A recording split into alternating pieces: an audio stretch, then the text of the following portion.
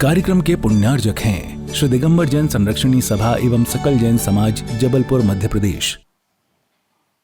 भव्य जीवों के लिए आनंद को उत्पन्न करने के लिए अनुप्रेक्षाएं जननी अर्थात माँ के समान कहा है।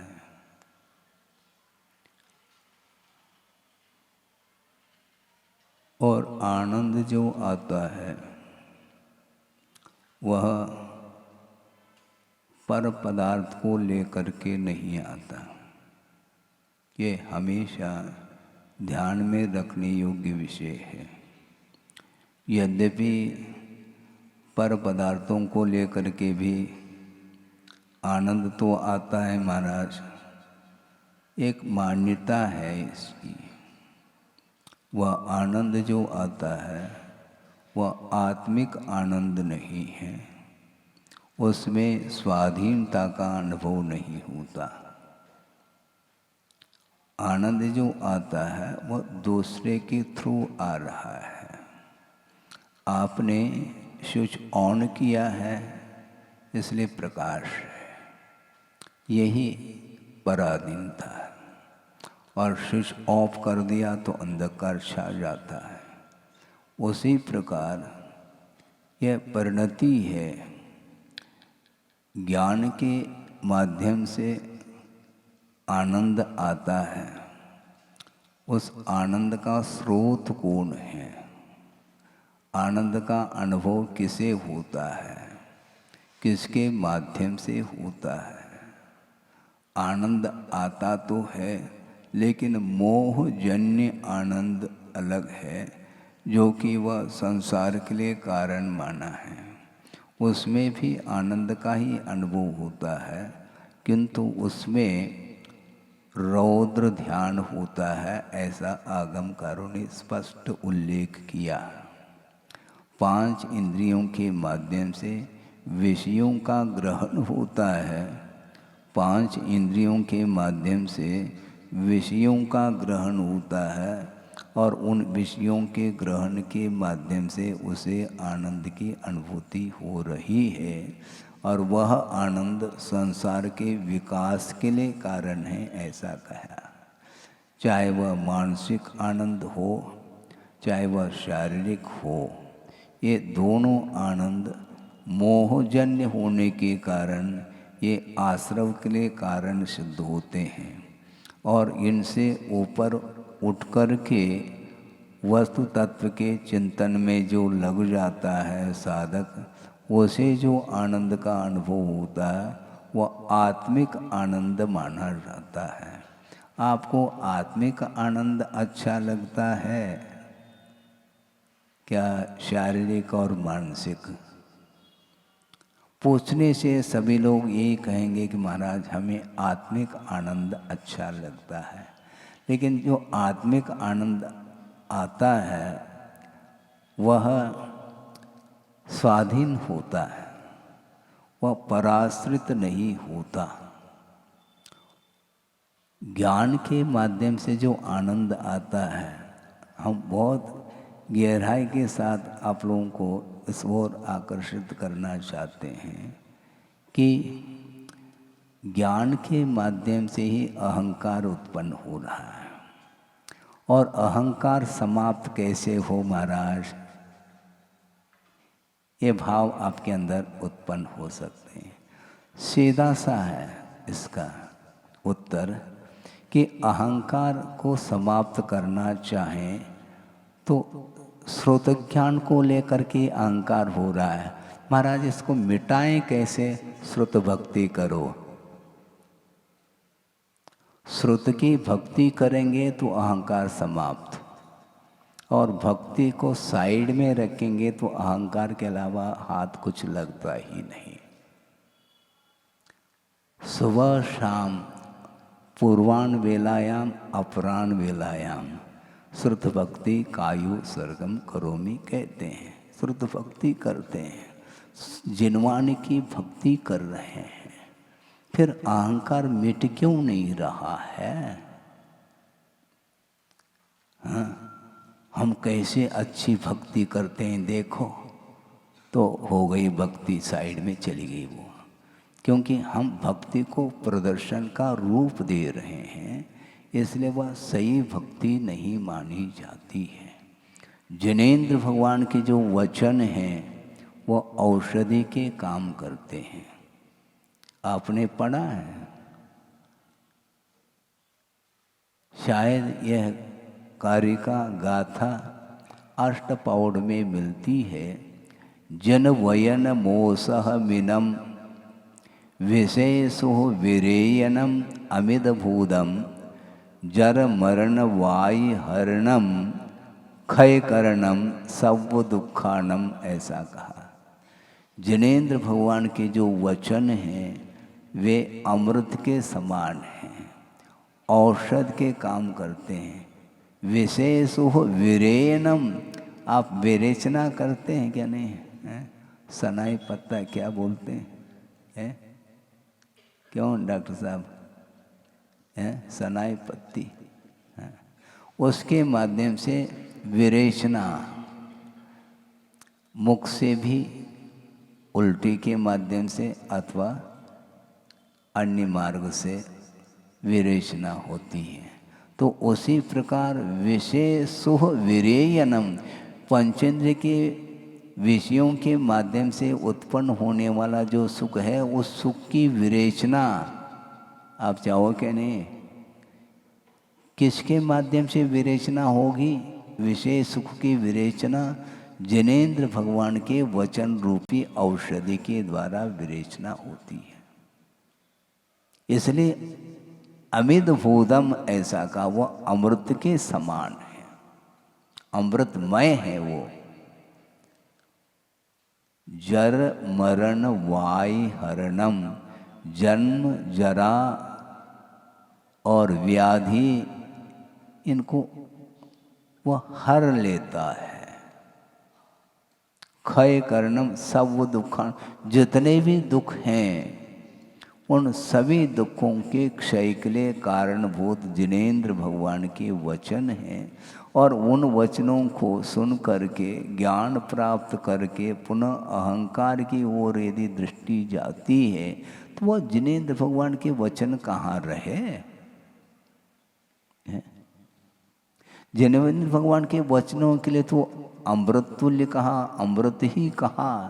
तो अमृत का हम पान करें और साथ साथ अहंकार भी आ जाए, ये संभव नहीं है।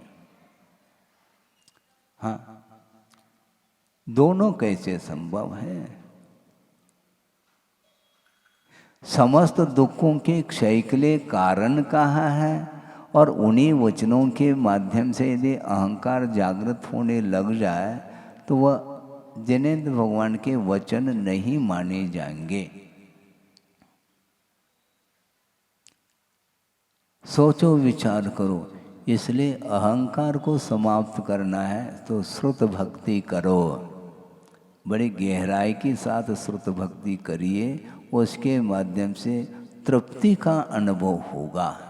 क्योंकि हम श्रुत भक्ति के समय पर अमृत का पान कर रहे होते हैं, तो अमृत के पान करने के उपरांत भी यदि तृप्ति नहीं हो रही है तो वह अमृतपान आपने किया कहाँ है? तृप्ति होगी फिर वांछा, किसी भी बात को लेकर के इच्छा जागृत नहीं होगी, क्योंकि वह एक प्रकार से जन्म जरा मृत्यु के क्षय के लिए कारण है। और हमें जन्म जरा मृत्यु से ऊपर उठना है। ऊपर उठना है तो सही तरीके से जिनेंद्र भगवान के वचनों का पान करिएगा आप। धर्मामृतम सतृष्णः, धर्म के पान करने की इच्छा रख रहा है, जिसको प्यास है उसको स्वयं भी पिए और पाए अथवा अन्यान, ऐसा जो पीना चाहता है उसको भी पिलाने का प्रयास करिएगा। उसके माध्यम से जो शांति मिलती है, अन्यत्र कहीं भी चले जाए वह शांति संभव नहीं। और शांति यदि छिनती है तो वह अहंकार के कारण। क्योंकि दूसरे की ओर दृष्टि गई तो वहाँ पर फिर तुलनात्मक दृष्टि जाती है, तो मेरे पास इतना है, इसके पास इतना है, इनके पास कितना है, तो ये इतना कितना ये मापदंड है। जबकि इससे ऊपर उठेंगे तो वो कितना नहीं, वो असीम आनंद आएगा। वो इसमें तुलनात्मक आनंद है, बल्कि वस्तुतः संसार दशा में जो आनंद आ रहा है वह ज्ञान का आनंद नहीं। दूसरे के पास ज्ञान कम है इस बात को लेकर के आनंद है उसको, अन्यथा न ले, लेकिन हकीकत यही है। सारे मान लो छात्र मेरिट में आ गए, अब तुलना किसके साथ करेंगे हम? अतुलनीय हो गया है। इसीलिए कहा है कि शुद्ध परमेष्ठी अनंत हुए हैं, और ये पहले गए हैं, ये बाद में गए हैं, ये और बाद में गए हैं। आपके जाने के पूर्व में अनंत सिद्ध परमेष्ठी हो चुके हैं और आगे भी होंगे। तो आप क्या हैं? मान लो सिद्ध बन गए, तो आप जूनियर हैं क्या सीनियर हैं, क्या है? गुरुदेव ने ये कहा था कि प्रत्येक सिद्ध जो हो रहे हैं वह बीच में ही हो रहे हैं, क्योंकि उसके पूर्व में भी अनंत की संख्या है और भविष्य में भी जो है ना अनंत सिद्ध होने वालों की संख्या है। तो हम बीच में ही हैं, मध्य प्रदेश में। कौन पहला और कौन बाद में? सब बीच में। मैं पहला गया, अब ये अपेक्षा करते इनके पहले आप गए हो, ठीक है। मान लो वृषभनाथ भगवान युग के आदि में गए और महावीर प्रभु अंत में गए हैं, लेकिन वृषभनाथ के पूर्व में भी अनंत की संख्या लाइन लगी है ना, वो गए हैं। तो वृषभनाथ सीनियर कहाँ है? वो वीर प्रभु के अपेक्षा से उनको सीनियर बोलो, पहले गए हैं, उसके पहले और अनंत की संख्या है। तो ऐसी स्थिति में कौन बड़े और कौन छोटे, ये परिकल्पना ही ठीक नहीं। और दूसरी बात यह है, मैंने पहले भी स्वाध्याय के दौरान कहा था, और मैं जो कहता हूँ केवल मैं दोहराता रहता हूँ। गुरुदेव ने कहा है वही मैं आगम के माध्यम से कह रहा हूँ। उनका ये कहना है कि आनंद जो आता है वह अतीत का नहीं आता, ये लिख करके रखो। अनागत का भी आनंद नहीं आता, आनंद आता है वर्तमान का, और स्व का आनंद, पर का नहीं। तो यहाँ पर संसार दशा में पर का आनंद आ रहा है। अपने स्वयं के पास जितना ज्ञान है उसका आनंद नहीं उसको, किंतु दूसरे के पास कम है तत्संबंधी उसको आनंद है। 100 नंबर मिले इसका उसको आनंद नहीं, उसको 99 मिले हैं, बस। सुन रहे हैं आप? उसको 60 नंबर, उसको 33 नंबर, जितना और कम नंबर आने वालों की संख्या बढ़ गई मान लो, तो इसको क्या हो रहा है? लेकिन वस्तुतः यह अज्ञान का परिणाम है। प्रत्येक व्यक्ति के पास ऐसा ही परिणाम होते, ऐसा मैं न कह रहा हूँ, न कहने की कोई हमारी भावना है, लेकिन आगम में जो लिखा है उसके आधार से ये कहा जा रहा है कि वस्तुतः ज्ञान का मद जो है वह हो क्यों रहा है। ज्ञान का कार्य तो समीचीन पदार्थ का बोध कराना, यह ज्ञान सम्यक ज्ञान का यह कार्य है। तो ऐसी स्थिति में उस ज्ञान के माध्यम से मद क्यों हो रहा है? तो मद जो होता है वह क्लास फेलो के साथ होता है, ये क्लियर है। टीचर है, टीचर के साथ थोड़ी किसी को मद होगा, छात्र को होता है? नहीं हो सकता है। किंतु अड़ोस पड़ोस में आपस में तुलना, कोई कम नंबर लेके आया, कोई ज़्यादा लेके आया। इस ये ज्ञान को लेकर के मद हो गया, पूजा को लेकर के हो गया, जाति को लेकर के, कुल को लेकर के, धन को लेकर के, रूप को लेकर के, तप को लेकर के, यहाँ तक कि रिद्धि को लेकर के भी मद हो सकता है। ये 8 मद जो होते हैं वो इन्हीं को लेकर के, इनके आश्रित है। अष्टो आश्रित्य, इन 8 बातों को लेकर के ही मद उत्पन्न होता है। और मद से कोई पेट एट भरता नहीं है। एक मानसिकता, ओनली मेंटेलिटी, केवल मानसिकता है, उसमें होना कुछ भी नहीं। मतलब कुल मिला करके ऐसा लगता है ये बच्चों का खेल जैसा है। बच्चे तो 2 मिनट खेल करके फुर्सत हो जाएंगे, लेकिन आप लोग उसी में रंग रहे हैं। इसके माध्यम से कर्म का आश्रय होता है। इसलिए ज्ञान के माध्यम से कर्म का आश्रय नहीं होता है, किंतु अहंकार के माध्यम से कर्म का आश्रय होता है। इसलिए आश्रय को रोकने का नाम संवर है, और संवर के लिए कारण ये अनुप्रेक्षाएं हैं। इसलिए भव्य जीव के लिए ये आनंद को उत्पन्न करने के लिए जननी के समान ऐसा कहा है। इसलिए निरंतर तत्व चिंतन करिए, 12 भावनाओं का चिंतन करेंगे तो ऑटोमेटिक शांति उत्पन्न होगी। और वह शांति जो होती है वह मात्र ज्ञान के द्वारा नहीं, आस्था के बल पर शांति होती है। और आस्था को मलिन करने का यदि कोई साधन है तो वही अहंकार आदि। ये मद के माध्यम से सम्यक दर्शन मलिन होता है और ज्ञान भी मलिन होता चला जाता है। तो इसीलिए अपने को अहंकार को कैसे मिटाएं, उत्पन्न कहाँ से हो रहा है ये देखो, उद्गम स्थान। जैसे नर्मदा का उद्गम स्थान अमरकंटक है, और वो भरूच में जा कर के मिल जाता है। तो उसी प्रकार ये उद्गम स्थान देखो, अहंकार कई प्रकार के अहंकार होते हैं, तो वो उसके सारे सारे स्रोत है ये, वो शांत बैठने नहीं देता।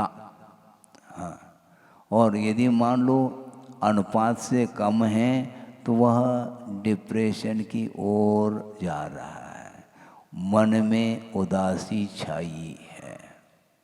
हाँ, संसार से उदास होना अच्छा है, लेकिन ये उदासी जो है ये किसी चीज़ की अपेक्षा की पूर्ति नहीं होने के कारण उदासी छाई है। किंतु मिलते हुए भी मुझे नहीं चाहिए, ये संसार से उदासीन होने का एक रास्ता है। दोनों में उदासी जैसी लग रही, नहीं मिलने के कारण उदास हो रहा है और मिलने के उपरांत भी वह उदासीन है। उदासीन आश्रम है, आश्रम ही उदासीन होता चला जा रहा है। वहाँ पर जाने वालों की संख्या बहुत कम है, क्योंकि संसार से उदासीन जो होता है वही जा कर के उसको कहीं भी मन नहीं लगता, न शहर में न और कहीं भी। वह सीधा चलो कहाँ, आश्रम चलो। तो गुरुदेव ने प्रबंध भी किया है। साधिका आश्रम अलग है और भी वृद्धाश्रम आदि सारे सारे आश्रम हैं। श्रम नहीं करो, आश्रम में जा कर के विश्राम मिलता है।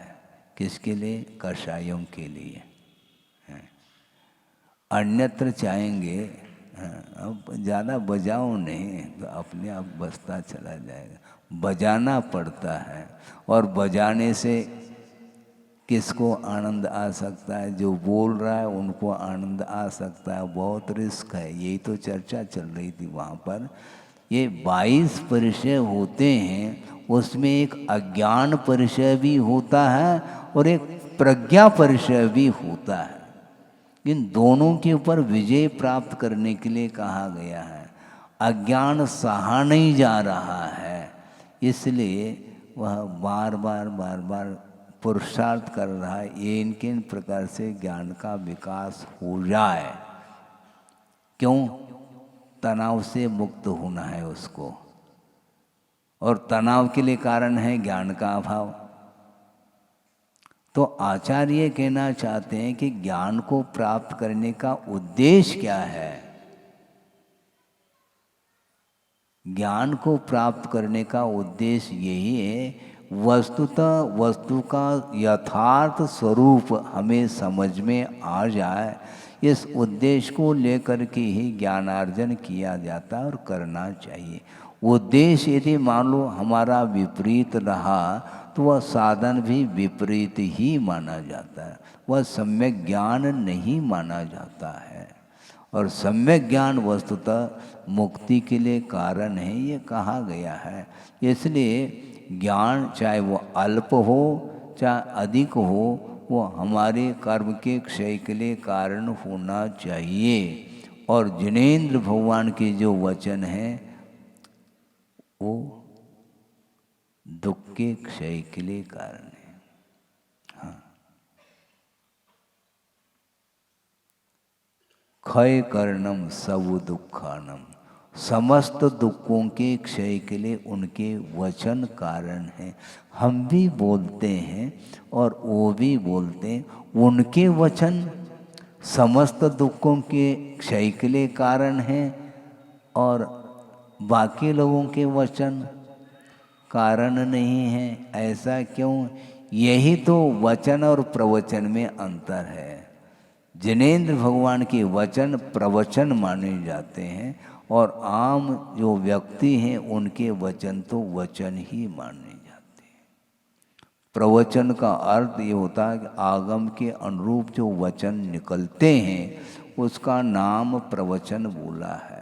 और प्रवचन भक्ति भी एक षोडश कारण भावना में वो भक्ति आती है। तो जिनवानी की भक्ति करो, उसके माध्यम से ज्ञान उत्पन्न होगा और उसके माध्यम से रास्ता प्रशस्त होता चला जाता है।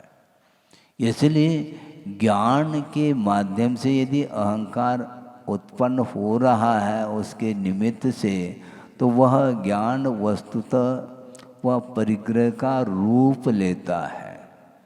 हाँ। फिर वह इच्छा निरोधः तप कहा, और ज्ञान के माध्यम से और इच्छा जागृत हो रही और बढ़ जाए और ये और क्या है ये है? और से क्या मतलब है? एक मोमबत्ती जला दो 10 जला रहा है, ज़्यादा प्रकाश, ज़्यादा से कम से क्या मतलब है? केवल अपने को पढ़ना है, दूसरे को पढ़ना, मान लो किसी को पढ़ना है तो वो जला लेगा ना, उसकी चिंता तुम क्यों कर रहे हो? है? अपनों को प्रकाश में वस्तु तत्व का बोध हो जाए। कल भी हमने बात कही थी, ज्ञान को स्वपर प्रकाशी कहा है। अपने आप को भी प्रकाशित करने की क्षमता उसी ज्ञान में है और दूसरे को भी प्रकाशित करने की क्षमता। जीव के अंदर कितने गुण हैं? अनंत गुण हैं। उन अनंत गुणों को प्रकाशित करने की क्षमता ज्ञान गुण में है। अनंत गुणों का जो अस्तित्व है उसको बताने वाला ज्ञान गुण है। लेकिन आनंद किसको आ रहा है? ज्ञान को नहीं आता, आत्मा को आता है। जो ज्ञानी है वह आनंद का अनुभव करता, न कि ज्ञान। ज्ञान और ज्ञानी में अंतर है। धन और धनी में अंतर नहीं है क्या? धन को आनंद आ रहा है क्या धनी को आ रहा है? मुझे बोलो। है धनी, जो धन रखता है वह धनी, जो ज्ञान रखता है वो ज्ञानी, जो मोह रखता है वो मोही। तो इसीलिए आनंद किसको आता है? ज्ञान गुण के द्वारा आत्मा को आनंद का अनुभव हो रहा है। मतलब कुल मिलाकर के ये देखेंगे कि आत्मा भी स्वतंत्र नहीं है। किसके द्वारा आ रहा है? ज्ञान के द्वारा। और ज्ञान में कमी आ गई तो आनंद में कमी आ गई। इसलिए ज्ञान के माध्यम से वह जी रहा है आनंद के साथ। जीना उसका स्वभाव है, मरना भी स्वभाव है, किंतु आनंद जो आएगा वह ज्ञान के माध्यम से आता है। और ज्ञान का यदि सदुपयोग होता है तो आत्मिक आनंद आएगा, नहीं है तो वह मद माना जाता है। उसमें कोई आनंद कुछ भी नहीं वहाँ पर है। और हम परमानंद का अनुभव करना चाहते हैं। भैया अभी तो आनंद तो लो, परमानंद की बात करते हो, बहुत कठिन कार्य है ये। इसलिए जिन वयन वो सह मिनम विशेषो वीरेन, क्योंकि ये जो कुछ भी रस आ रहा है संसारी प्राणी को, वो दूसरे में आ रहा है। आत्मगत रस आना अलग है। आत्मा में कोई रस नहीं है। वो रसातीत है, वर्णातीत है। और सामने वाला क्या सोच रहा है? देखो मेरा रूप तो देख लो हो, है? किंतु आत्मा कलरलेस, उसका कोई कलर, कोई रंग है ही नहीं। वर्णातीत, इसलिए वर्णनातीत भी है। वो वर्णातीत होने के कारण वो वर्णनातीत, वह वर्णन के योग्य भी नहीं है। वो उसका वर्णन नहीं कर सकते, उसका बखान नहीं कर सकते हैं, क्योंकि वर्णातीत है। उसमें वर्ण नहीं है। रूप रस गंध स्पर्श से ऊपर उठा हुआ वह आत्म तत्व है। इसलिए उस ओर दृष्टि जाती है तो कोई भी अच्छा बुरा, ये कोई भी परिणाम नहीं आ सकते, क्योंकि निराकार आत्म तत्व है। उसमें हमारा उपयोग स्थिर हो जाए, ये सारे जितने भी विषमताएं आ रही हैं सामने, ये सब समाप्त हो जाएंगे। ये समाप्त हो गए तो सही श्रुति की भक्ति हो रही है, ऐसा मैं मानता हूँ। अपराणिक स्वाध्याय वेला, अपराणिक और पौराणिक आचार्य वंदनायाम श्रुत भक्ति, भक्ति कर रहे हैं, किंतु भक्ति के माध्यम से वह भक्ति मुक्ति के लिए कारण है।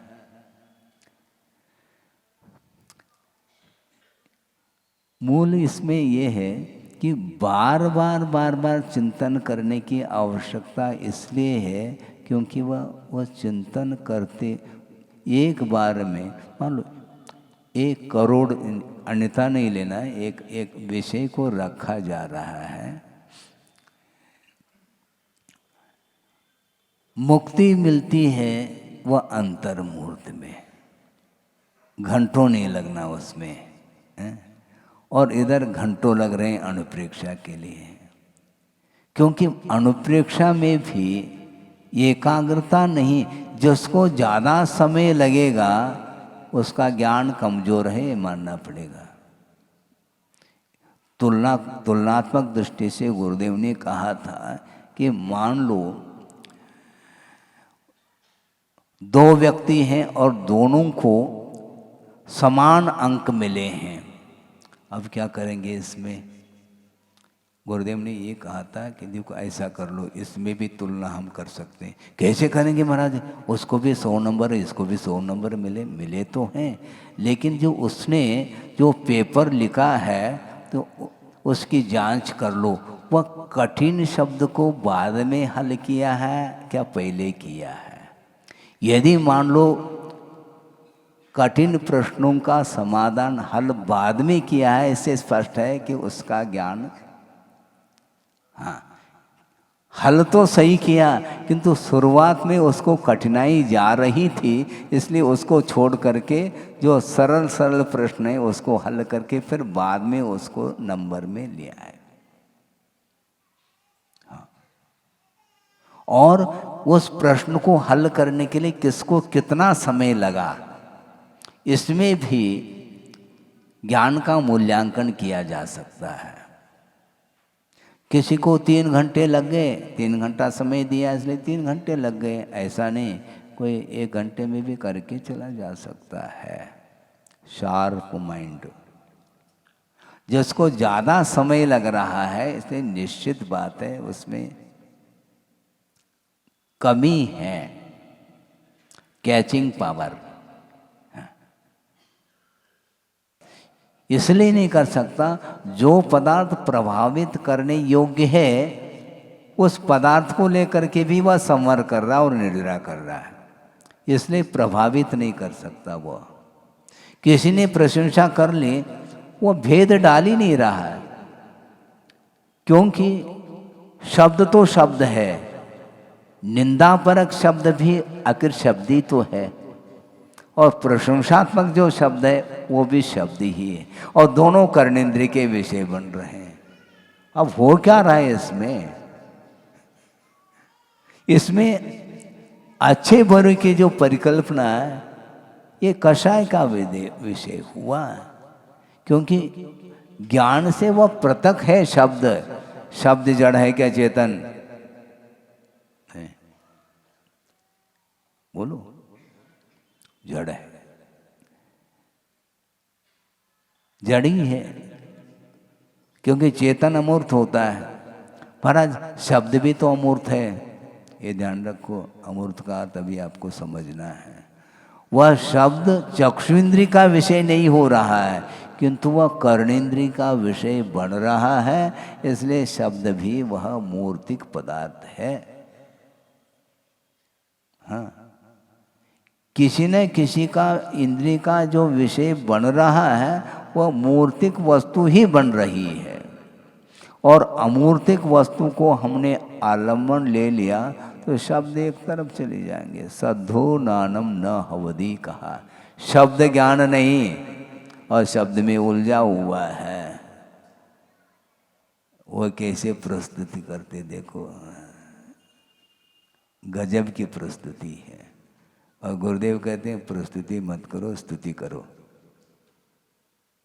स्तुति, भगवान की स्तुति करते समय प्रस्तुति की ओर ध्यान नहीं जाता, क्योंकि भगवान आपकी प्रस्तुति से प्रसन्न नहीं होंगे, स्तुति से भी प्रसन्न नहीं होते, किंतु वो सही रास्ते पर आप चल रहे हैं तो वह प्रसन्न हो जाएंगे। भगवान को प्रसन्न करना, गुरु को प्रसन्न करना खेल नहीं है बंधु। महाराज भगवान भी भक्त के वश में होते हैं। भगवान ने कहा क्या, भक्तों ने कहा क्या पता? ये भक्तों ने ही कहा है, भगवान ने कुछ कहा ही नहीं कहने के लिए। भगवान भक्त के वश में होते हैं। यह कथनचित एक विवक्षा से ठीक इसलिए है क्योंकि भगवान वैसे प्रसन्न नहीं होते और अप्रसन्न भी नहीं होते, किंतु व्यवहार की भूमिका में कहने में आसक्ति है कि भगवान प्रसन्न होते हैं, किंतु वस्तुतः गुरुदेव का ये कहना है भगवान तब आपसे प्रसन्न होंगे अथवा भक्त से भगवान तब प्रसन्न होंगे जब भक्त जो है भगवान की आज्ञा के अनुरूप चल रहा है, तो वह प्रसन्न होंगे। प्रसन्न होने का कोई विषय ही नहीं वस्तुतः। उनके ज्ञान में आ गया, बस आ गया, इसका संसार का तट आ गया, ये पार होने वाला है, अपनी टीम में आने वाला है। अनंत सिद्ध परमेष्ठी है और एक एंट्री और होने जा रही है उसमें। उनको भी आनंद आता है क्योंकि अपनी पार्टी है। ये अपन ही कह रहे हैं, रूपक बना करके हम विषय को प्रस्तुत कर रहे हैं, किंतु उनको न हर्ष है न विषाद है, कुछ भी नहीं है।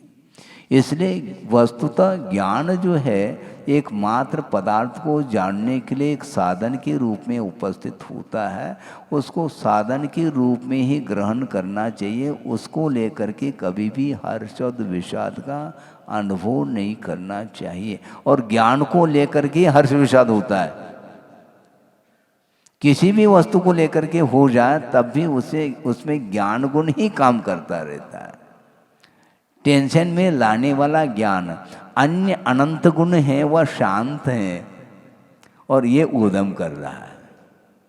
सुबह से लेकर के ज्ञान गुण परेशान हो जाता है, थक जाता है तो सो जाता है, और नींद खुल गई तो पुनः वही एक ही गुण परेशान करता है आपको, जबकि वह उस ज्ञान के गुण के माध्यम से वस्तु तत्व का स्वरूप उसका परिज्ञान हो जाता है। उसी के लिए सब कुछ पुरुषार्थ है, और वो पुरुषार्थ अनंत काल से करते आए, इसके बाद भी उसमें सफलता नहीं मिल रही है। और वह अंतर्मूर्त में ही सफलता मिलने वाली है। वो कौन सा अंतर्मूर्त, वह घड़ी कब आएगी? कहीं इधर से थोड़ी आएगी, खिड़की खोल दो घड़ी आ रही वो। घड़ी आती नहीं न जाती है। जिस समय आप अलर्ट हो करके पुरुषार्थ करेंगे उसी समय में मुक्ति मिलेगी। काल के द्वारा मुक्ति नहीं मिलेगी, ज्ञान के द्वारा मुक्ति मिलनी है। प्रतीक्षा मत करो। आदत है प्रतीक्षालय में जाकर के बैठने की आदत है। प्रतीक्षा क्यों करते हो? कोई प्रतीक्षा नहीं, क्योंकि प्रतीक्षा में भी आकुलता, हमको मतलब नहीं। जब गाड़ी आएगी तब बैठेंगे, क्या दिक्कत है अपन को? आज नहीं कल आएगी वो। बैठना है हमें, कोई प्रतीक्षा नहीं, कोई विकल्प ही नहीं। बस एक ही लक्ष्य है, आगम के अनुरूप हमें आगे बढ़ना, बस बढ़ता चला जाता है। तो इसलिए ये सारे सारे अनुप्रेक्षाएं जो है ना, ये संवर के लिए कारण सिद्ध हो रहे हैं। इनके माध्यम से आश्रव रुकता है। महाराज आप बताओ, कोई सूत्र दे दो, कोई गाथा दे दो। मैं गाथा नहीं देता, ग्रंथ देता हूँ आपके लिए, चाहिए है? और मेरे सामने भी ग्रंथ जो समर्पित किया, मेरे पास तो कोई ग्रंथ था ही नहीं, क्योंकि हम निर्ग्रंथ हैं। ग्रंथ अपने पास कहाँ से है? तो आपने समर्पित किया है तो आपकी वस्तु है। हम ले जा सकते महाराज, पूछो क्यों? इसके साथ हमारा कोई स्वामित्व तो है ही नहीं। हाँ, आप ले जाना चाहते हैं, सरकारी है, कोई इसके साथ कोई अटैच नहीं हमारा, क्योंकि एक उपयोगी वस्तु है। उपयोग कर लिया, रख दिया, हो गया काम। तो इसलिए जिन साधनों के माध्यम से संवर और निर्जरा होनी चाहिए, उन्हीं साधनों के माध्यम से यदि मान लो कर्म का आश्रय हो रहा है तो वह ठीक नहीं माना जाता। कौन सा साधन दें? यहाँ तक गुरुदेव ने कहा कि समय सार में कुंद कुंद के द्वारा लिखित जो समय सार है, उसमें लगभग कितने 439-40 के आसपास गाथाएं हैं। तो उनमें भी उनका ये कहना था गुरुदेव का, किसी एक गाथा से अटैच मत होना, क्योंकि अध्यात्म कभी भी किसी से चिपकता नहीं। वो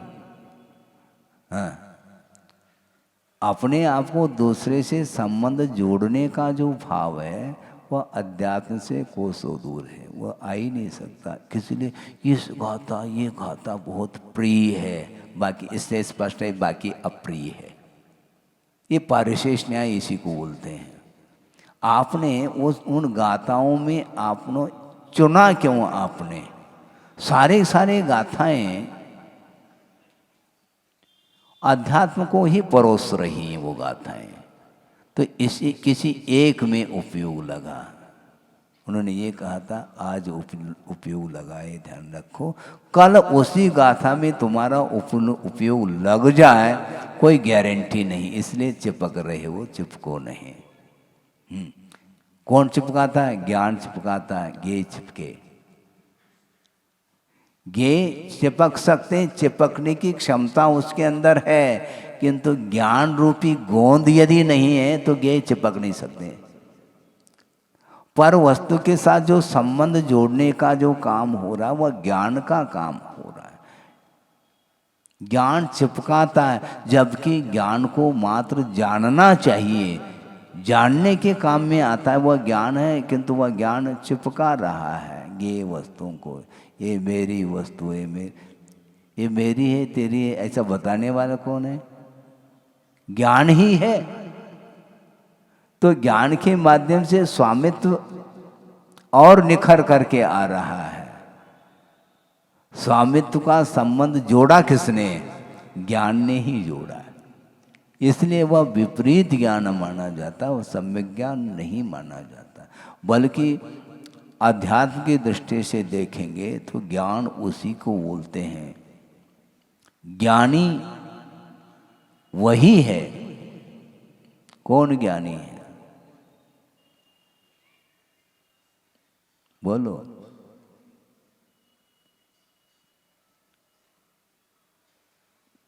कौन बोलेंगे? सुनो तो, बोलो। यही तो है ना। हाँ, आ गई, देखो स्मृति आ रही धीरे धीरे। ना भूत की स्मृति और अनागत की अपेक्षा, और आगे भोग मिलने पर भी उपेक्षा। नहीं मिले तो दे कौन रहा है तुम्हें? मिलने के उपरांत भी उससे उपयोग आकर्षित नहीं होना चाहिए, ये ज्ञानी का लक्षण है। ज्ञानी जिन्हें विषय तो विष दिखते हैं और वैराग्य पाठ उनसे हम सीखते हैं। ये पंक्ति है, ये बहुत घोल घोल करके पीना, इन्हें आत्मसात करना बहुत कठिन है। 4 पंक्ति हैं, बोल दिया, वह बुद्धि का विषय बन रहा है, लेकिन उसको आत्मसात करने के लिए बहुत पुरुषार्थ की आवश्यकता है। विषय मिलने के उपरांत भी मुझे नहीं चाहिए, यह मूर्छा का अभाव, परिग्रह का अभाव। ये अंतरंग जो परिग्रह है, बाहरी परिग्रह यथा योग्य जहाँ जिसके आवश्यकता वह रहे, किंतु भीतर के जो इच्छाएं हैं उसको रोकना है, और उनसे वैराग्य पाठ मिलता है। हमें नहीं मिलने पर क्या है? मिलने के उपरांत और मिले, ये और भूख है। जो मिलने के उपरांत मुझे नहीं चाहिए ऐसा कहेगा तो उसको कभी भी निदान के भाव ही नहीं होंगे, क्योंकि वर्तमान में मिलते हुए भी उसको उपेक्षा की दृष्टि से देख रहा, मुझे नहीं चाहिए। तो क्या भविष्य की चिंता है क्या उसको? संभव नहीं, क्योंकि वह भविष्य में जी नहीं रहा, वह वर्तमान में जीना पसंद करता है। भविष्य का क्या भरोसा, क्योंकि भविष्य भी वर्तमान में आकर के गुजरेगा। इसलिए वर्तमान में जो जी रहा है वह प्रतीक्षा नहीं करता, उसके पास कोई अपेक्षा है ही नहीं, क्योंकि अपेक्षा जो होती है वह वर्तमान की नहीं, वह भविष्य की अपेक्षा। मुझे ये मिल जाए, ये मिल जाए, ये दीनता मानी जाती। याचना नहीं, मिलना हो तो मिलेगा, हम क्यों चाहें? हमें अभिमान नहीं है, किंतु स्वाभिमान है। हमें दीनता है, हमें आवश्यकता नहीं है। वस्तु मिल रही, मैं क्या करूँ उसके लिए? मैं इसका स्वामी भी नहीं हूँ। चलो, जो उठाना तो उठाओ, तो हमें सिर दर्द मिट जाएगा। हमें वैसे ही सिर दर्द नहीं, क्योंकि हमारा सिर ही नहीं है। सिर तो शरीर का है, शरीर के वो उत्तमांग माना जाता है। उत्तमांग कहो, मध्यम कहो, कुछ भी कहना हो कहो, उसको इससे कोई प्रयोजन नहीं, केवल शुद्ध परमात्मा तत्व की ओर दृष्टि है। इसलिए निरंतर वह कर्म बंध से बचता चला जाएगा। कर्म बंध से बचने का एक ही उपाय है, वह ज्ञान सही सही यदि काम कर रहा है तो कर्म बंध से वह मुक्त है अपनी भूमिका के अनुरूप। इसलिए आपका समय पूर्ण होने को है। इतना ही आश्रय है। गाथाएं तो 1-2 दिन से गाथा ली नहीं गई, किंतु चिंतन तो उसी का किया जा रहा है, अनुप्रेक्षाएं तो की जा रही है। उन्हीं गाथाओं को आधार बना करके वस्तु तत्व का क्या स्वरूप है उसको ज्ञान के माध्यम से अथवा आगम के माध्यम से रखा जा रहा है। ये जिस समय यह विषय चिंतन में आता है अथवा श्रवण करने में आता है, उस समय वह भीग भी सकता है, भीगता है, लेकिन ये इसमें स्थायित्व आना चाहिए। एक और हमारा कहना है, ये जो भाव आ रहे हैं हालांकि वो पर्याय हैं, वो विलीन होंगी, किंतु उसी प्रकार के पर्याय उत्पन्न हो जिसके माध्यम से आत्मिक शांति हमें प्राप्त हो सके। इस उद्देश्य को लेकर के निरंतर उसका चिंतन करेंगे तो आपका उपयोग बहुत शांत रहेगा। ज्ञान जो है, ज्ञान को विश्राम देना चाहिए है?